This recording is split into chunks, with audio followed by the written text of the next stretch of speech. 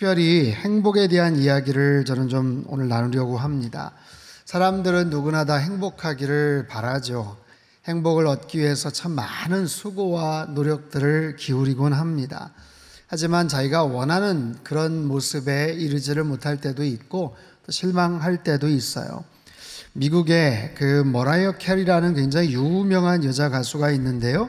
20대 후반에 이미 엄청난 기록을 달성하고 굉장히 많은 부와 또 명예를 누렸던 그런 여자 가수인데 어느 날 한 기자가 물어봤어요. 당신은 더 이상 이룰 게 있습니까? 20대 이런 엄청난 업적을 이루었는데요.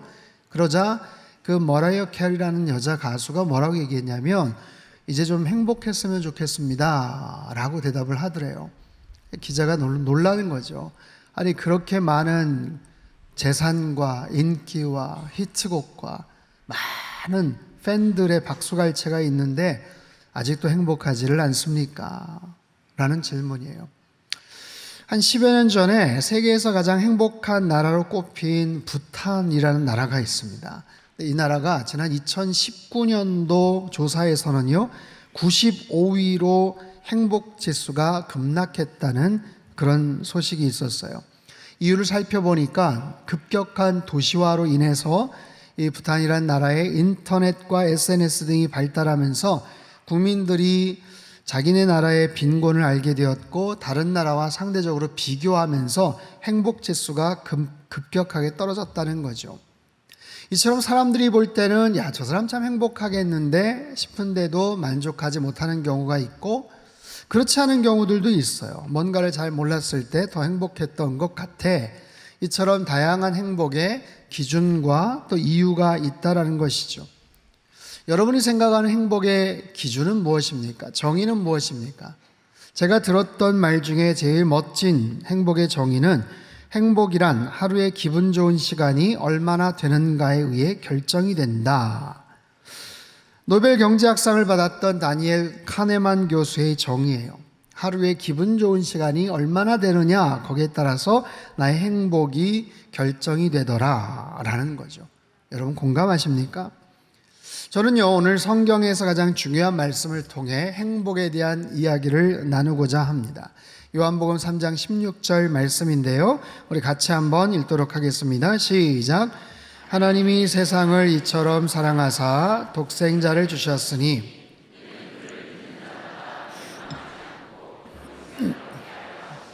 아멘. 가장 유명한 성경 구절입니다. 가장 중요하고 또 오늘 우리에게 행복을 전해줄 수 있는 아주 핵심적인 말씀이기도 합니다.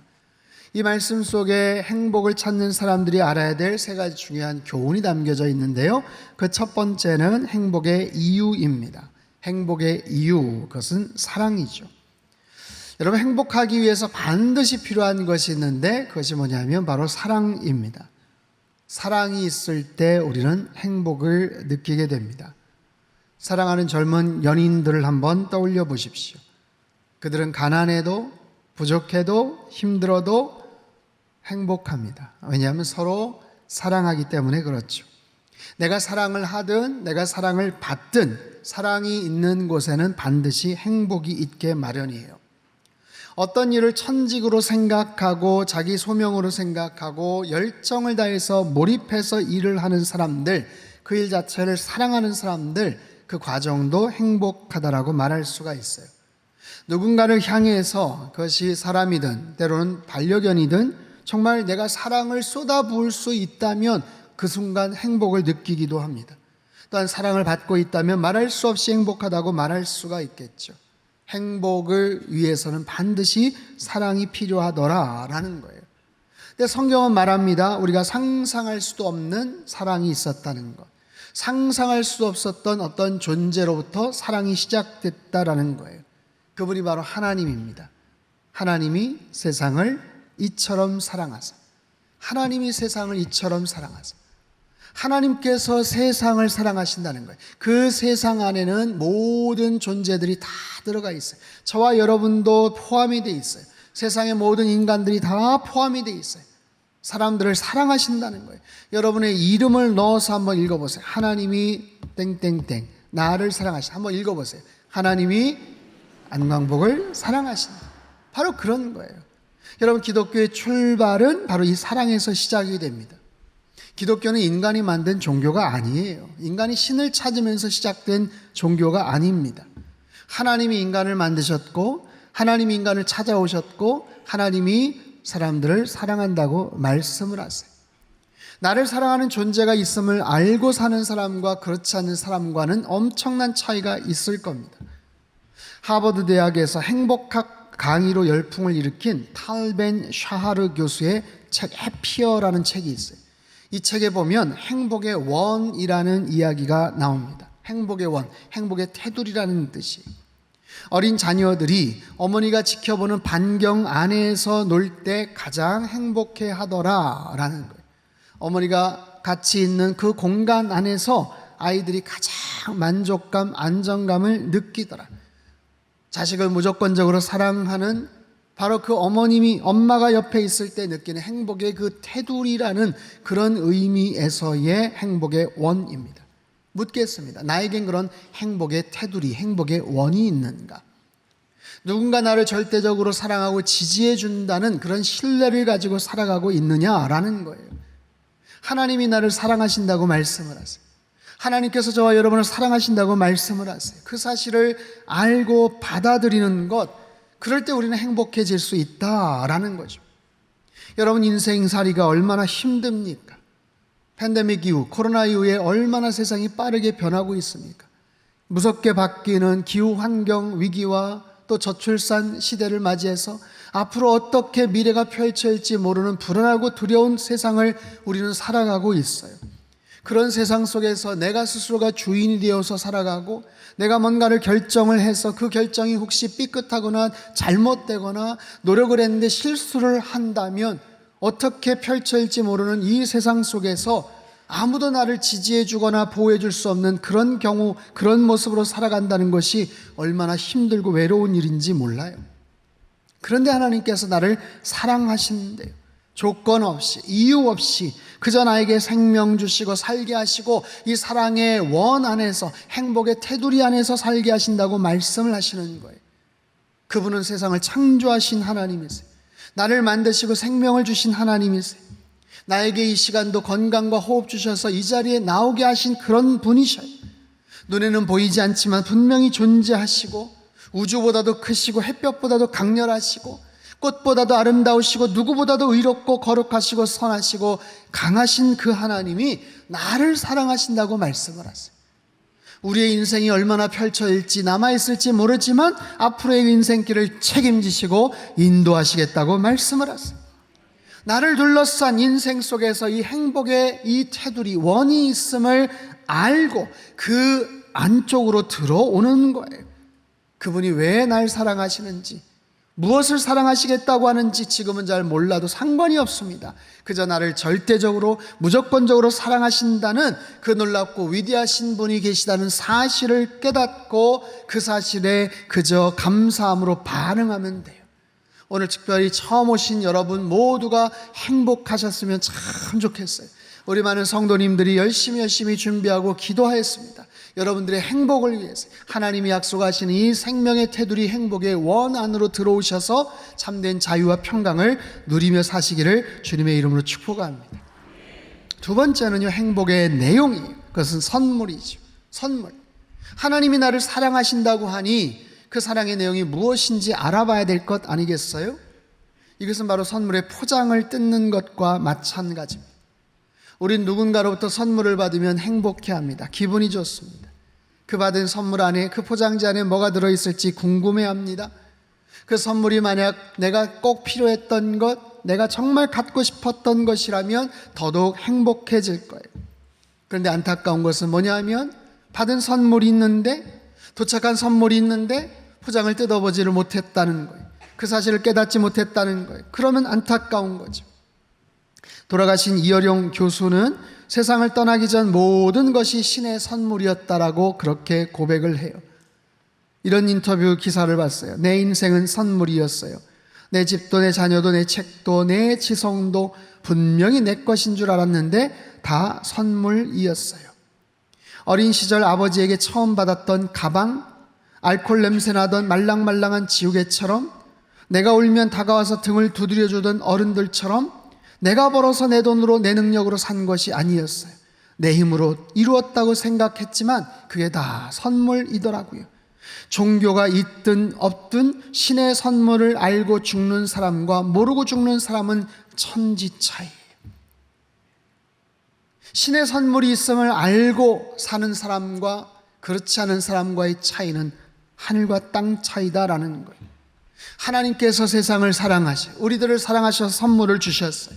그 선물은 독생자 예수 그리스도입니다.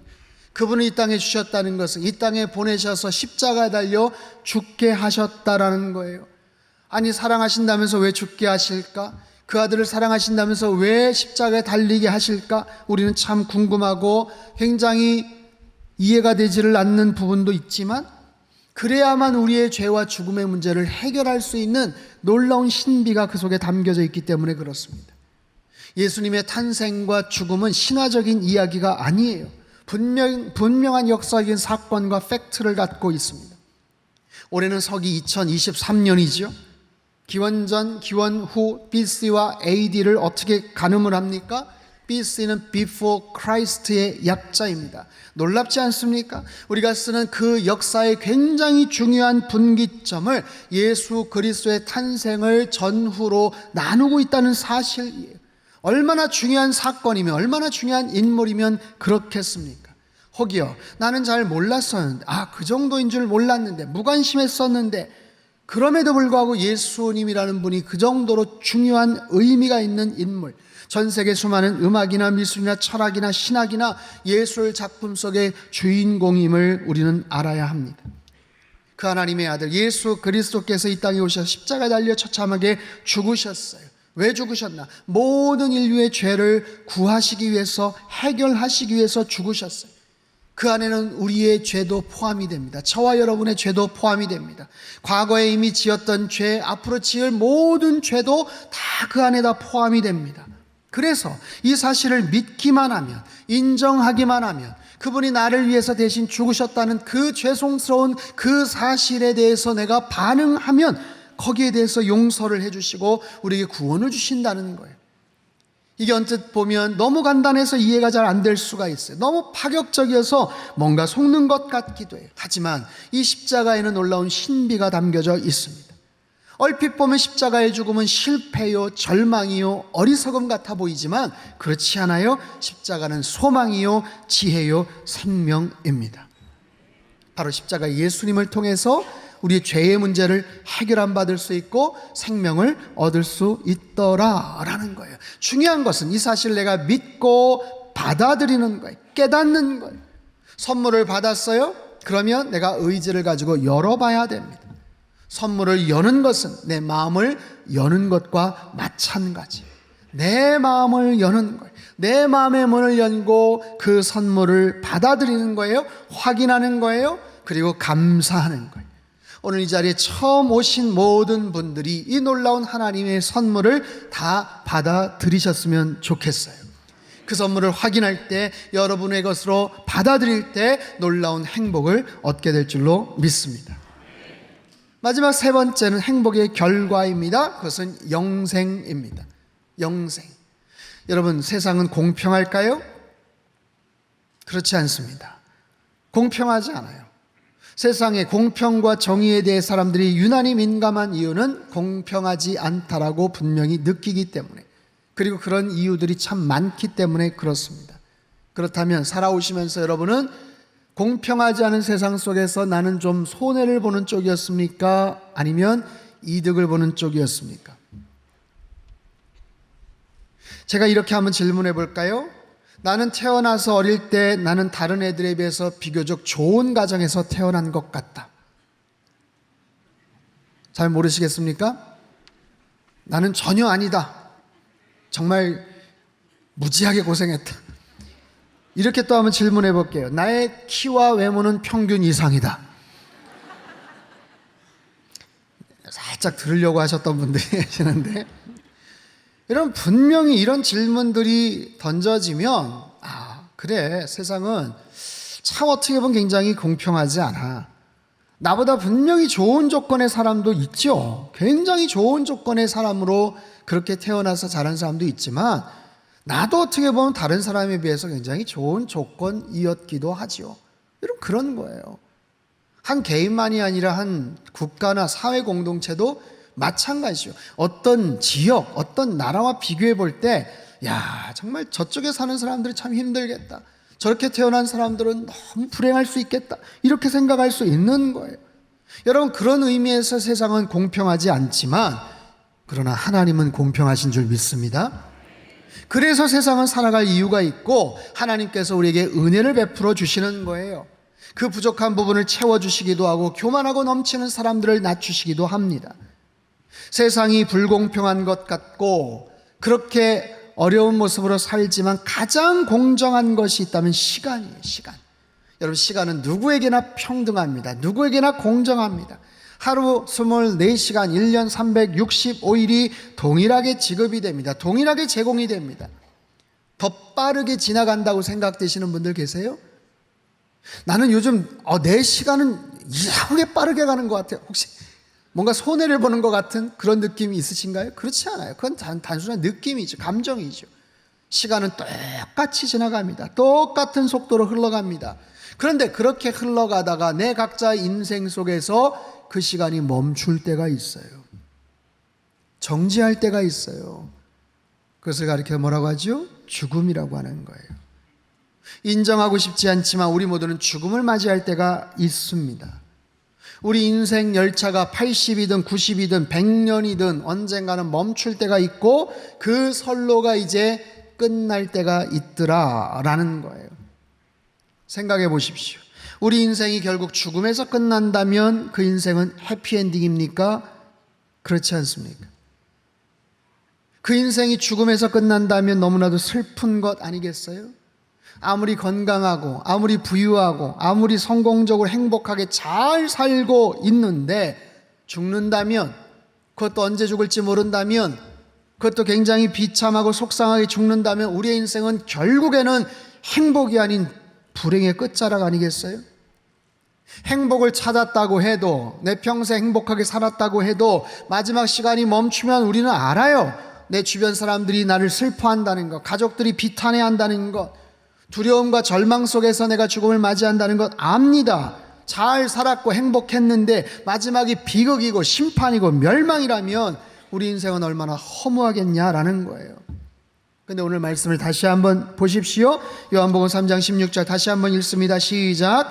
하나님이 세상을 이처럼 사랑하사 독생자를 주셨으니 이는 그를 믿는 자마다 멸망하지 않고 영생을 얻게 하려 하심이라. 아멘. 어떻게 한다고요? 멸망하지 않고 영생을 얻게 하신다. 이런 멸망이란 단어를 아십니까? 멸망은 단지 죽는 것을 의미하는 것이 아니에요. 소멸된다는 것, 사라진다는 것, 심판을 받게 되고 완전히 망한다는 거예요.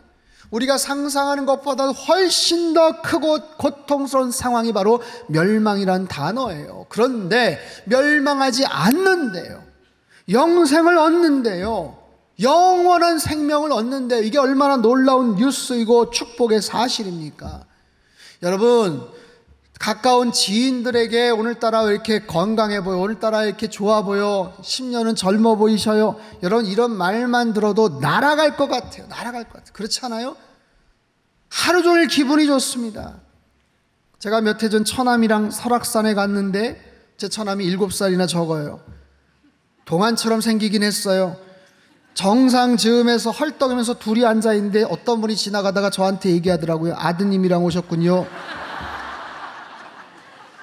그 이후에 제 처남은 산을 날라서 내려왔고요, 저는 어떻게 해서 산을 내려왔는지 기억이 잘 나지를 않아요.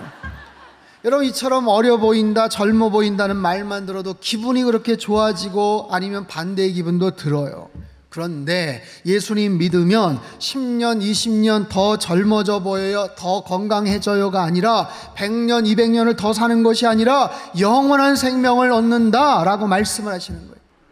놀라운 축복 아닙니까? 예수님을 믿음으로 우리에게 영원한 생명을 주신다고 말씀을 하셨어요. 약속을 하셨어요. 90년, 100년이면 끝나는 인생 열차에서 선로를 바꿔 타고 영생의 문으로 들어가는 새로운 열차를, 생명 열차를 탄다는 것, 이게 얼마나 놀라운 행복에 대한 메시지예요. 사랑하는 여러분, 특별히 오늘 초대되어서 처음 이 자리에 오신 여러분, 지금까지 여러분들이 마음속에 기독교에 대해서 불편하거나 교회에 대해서 불편하거나 아니면 크리스찬들에 대해서 여러 가지 불편한 마음과 여러 가지 이유들이 있었을 거예요.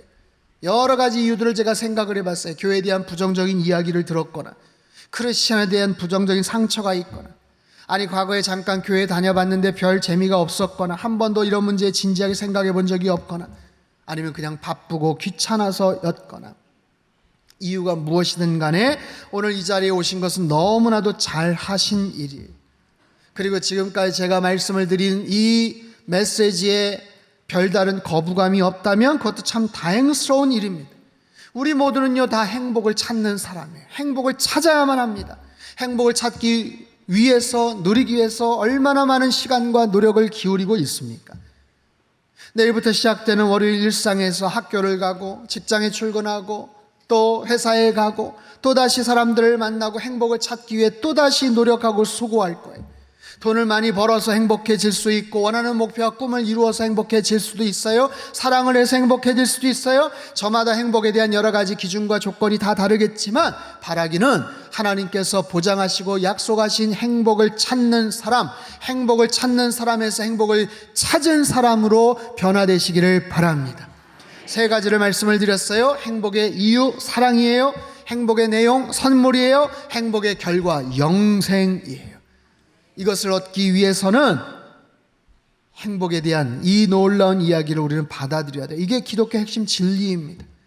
아무리 좋은 사실이 있어도 그것을 내가 밀쳐내면 소용이 없는 거예요. 여러분, 예수님 믿는다는 건 뭡니까? 하나님은요 모든 사람들이 예수님을 믿기를 원하셔요. 상식적으로 생각을 해보자고요. 모든 사람들이, 그 모든 사람에는 인종도 다르고 학식도 다르고 건강 상태도 다르고 재산 규모도 다르고 성별도 다르고 저마다 상황들이 다 다른데, 그 모든 사람들이 다 예수님을 믿기를 원하신다면 그 방법이 쉬워야 될까요? 어려워야 될까요? 쉽지 않으면 모든 사람들이 믿을 수가 없지요. 대학원 이상 공부를 하고 아니면 몇 개 국어를 해야만 이해를 할 수 있는 정도라면 어떻게 모든 사람들이 구원을 얻을 수가 있겠냐고요. 그렇기 때문에 그 어떤 사람도, 아이들도 노인들도 어떤 형편에 있는 사람들조차도 이 사실을 받아들일 수 있는 아주 쉬운 방법을 우리에게 허락해 주셨어요. 그런데 한편으로는 어려워요. 그게 왜냐하면 마음을 여는 일이기 때문에 그래요. 사람의 마음을 여는 일이. 여러분, 사람의 마음은 굉장히 쉽게 열릴 수도 있지만 죽어도 열리지 않을 수도 있어요.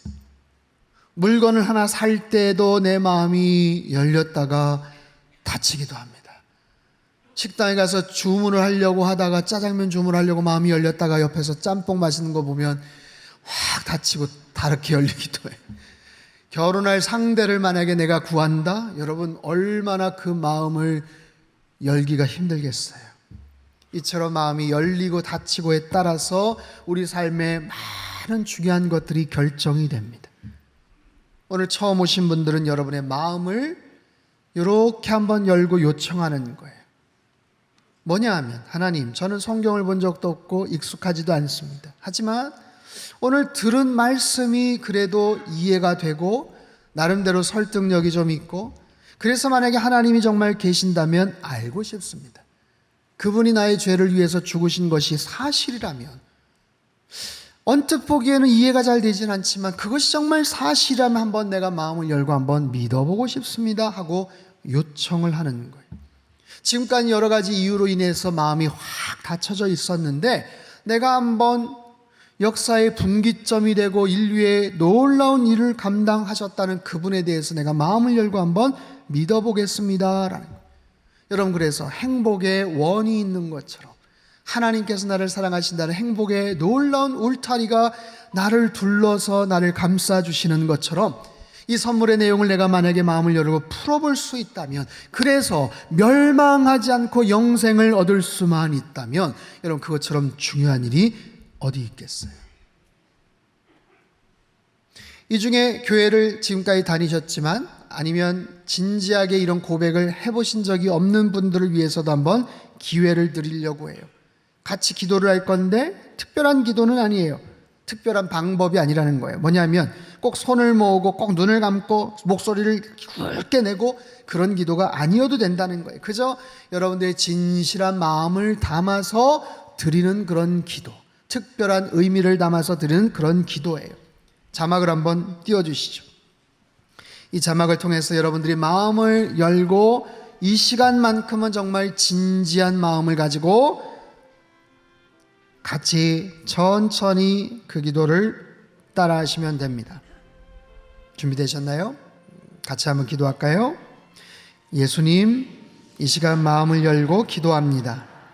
저는 그동안 예수님을 모르고 살아왔습니다. 알게 모르게 지은 죄도 참 많았습니다. 그래서 때론 외로웠고 불안했고 두려웠습니다.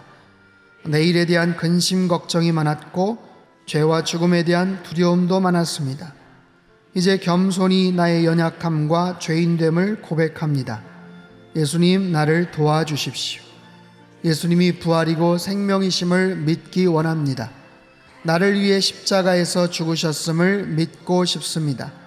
마음의 평안과 기쁨을 주시고 소망과 생명을 주십시오.